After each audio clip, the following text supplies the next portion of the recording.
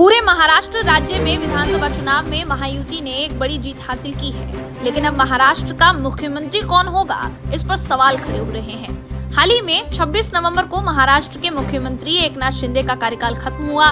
इसी बीच उन्होंने पहले ही उप मुख्यमंत्री के लिए बात की थी, लेकिन बीजेपी के 137 विधायक होने के कारण एकनाथ शिंदे की बात को बीजेपी ने खारिज कर दिया।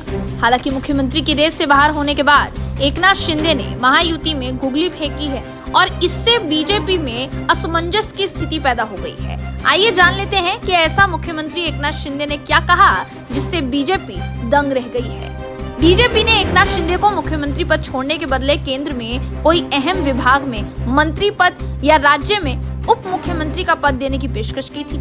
हालांकि एकनाथ शिंदे ने ये दोनों ही ऑफर ठुकरा दिए हैं। मध्य प्रदेश में बीजेपी ने अपने ही नेता के साथ खेल खेला। शिवराज सिंह चौहान को केंद्र में मंत्री पद देने का लालच दिखाकर मुख्यमंत्री के पद पर किसी और को बैठाने का प्रपंच बीजेपी ने खेला था। अब वैसा ही कुछ महाराष्ट्र में एकनाथ शिंदे के साथ बीजेपी करती हुई दिखाई दे रही है। हालांकि बीजेपी के इस ऑफर को एकनाथ शिंदे ने खारिज कर दिया है।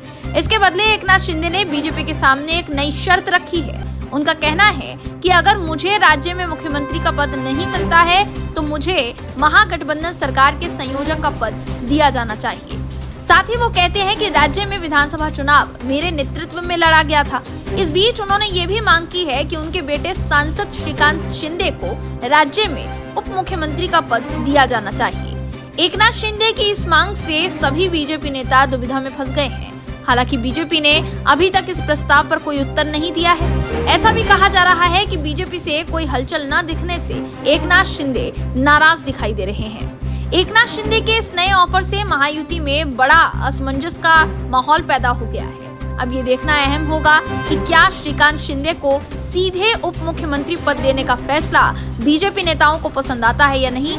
साथ ही क्या एकनाथ शिंदे के इस प्रस्ताव को बीजेपी स्वीकार करती है या खारिज करती है, ये भी देखना अहम होगा। आपको इस वीडियो के बारे में क्या लगता है, हमें कमेंट करके जरूर बताएं और ऐसी ही वीडियोस के लिए देखते रहिए MB लाइव।